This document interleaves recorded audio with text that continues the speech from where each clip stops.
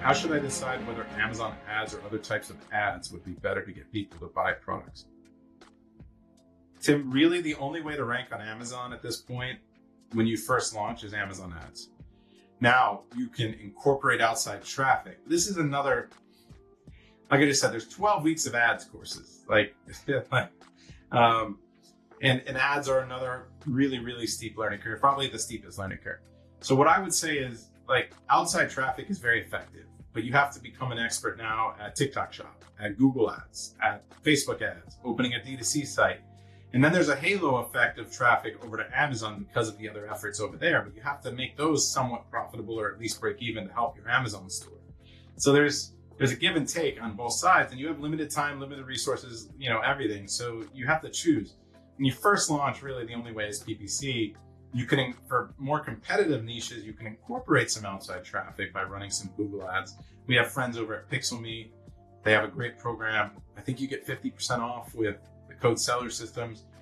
They are an excellent engine for giving you attribution, helping you set up Google ads, helping you, do everything. But it doesn't work for every product type, right? You got to think about what the demand is when someone Googles something. There are different keywords based on the demand curve. And we spoke about demand specificity a little bit in the keywords when we were going through keywords. But when someone's Googling something, they just might want information, right? They might just be getting informed. They may just be looking up something that they already own or that they saw a cousin had, or maybe thinking about something else. So there are different search terms, even different search buckets to create when you're even running ads on Google that are effective. So there's a whole learning curve on how to run Google ads separate to run them to Amazon. But you'll figure it out. The main issue I'm having when doing dives and scorecards is that even when I work backwards from a budget perspective to find a product on Django Scout to research, when I run dives and find a great potential product, the launch budget is huge. Yeah. That's really common, Jason. I think that, a lot of great products, you're going to be in the $20,000, $30,000, $50,000 range.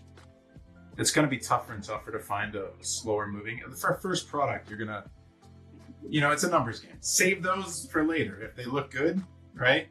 You can go through the scorecard, practice, do all that stuff, and be like, look, when I get a little bit more money, maybe I'll go back to that product and reevaluate it. But for the most part, just move on quickly, do 100 dives, you're going to find something in your budget probably.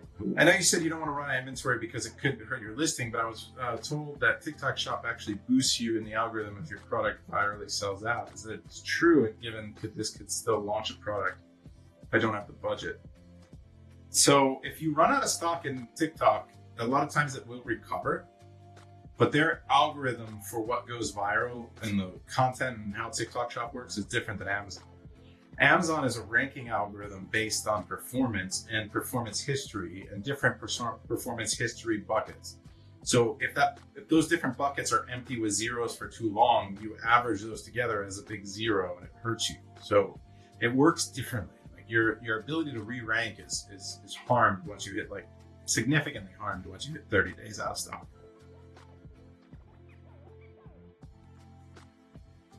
It's better just to have a price on Amazon of $20 or to have a price of $25 with a $5 coupon. Tim, that's just all testing. Everything on Amazon for price sensitivity and coupons and discounts and slashes and badges and lightning deals and it's all testing. 100% just testing. You have to constantly be looking and trying to fix. With the changes in Rufus and Cosmo that Amazon just implemented a few days ago, how relevant is optimizing for data keywords or ranking juice now to see if you can win in a new area? We incorporated a new agentic tool in DataDive to write with Cosmo and Rufus in mind. So our agent speaks to Rufus and Cosmo in their language when you write the listing. So I'd recommend using that listing builder. That's a combination of the algorithm, and just don't use the description it writes because it'll stuff keywords too much and then you hurt your ranking. So what I would say is just use the bullets, title and bullets, but then go check the roots and make sure you don't have any gaps in the roots. So you might want to use the Cosmo and Rufus framework and agent that we have in DataDive to write your listing, but then go and add a word or two to make sure you can increase the ranking juice a little bit and make sure you don't have any gaps. That's what I recommend. Seems it would be really hard to get many product sales if a new listings I create has no reviews, or only a few reviews when competitors have 50 reviews. 50 reviews is not a ton, Tim. If you have a better offer, the difference between 0 reviews and 10 reviews or 0 and 50 is very small. The difference, once you hit another digit at 100 reviews, at hundreds of reviews, it makes it a little bit more difficult. But the reality is, those initial few reviews, having 3 or 4 or 5 reviews and having them all be good reviews, just as value as having 30 or 50 or 100, right? Like, the value of reviews goes down over time, but then there's certain benchmarks that matter, like once you hit additional digits. Like 100 is significantly less than 500 in people's opinion. 500, even 800 is significantly less than 1,000 in people's opinion because you have that extra whole digit. So just psychologically it matters, but 50 reviews isn't that much. And we launch products all the time without any reviews and have a lot of success. All right, guys. I hope this was a good follow-up. You'll have access to the whole recap. You'll have access to all the resources you need. Highly recommend joining the Inner Circle if you're not already a member. We have hundreds of hours of content, weekly calls to ask questions like this where I can hold your hand.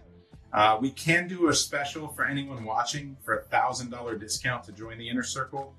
Marlene can spin that code up. This was impromptu. We didn't really plan this.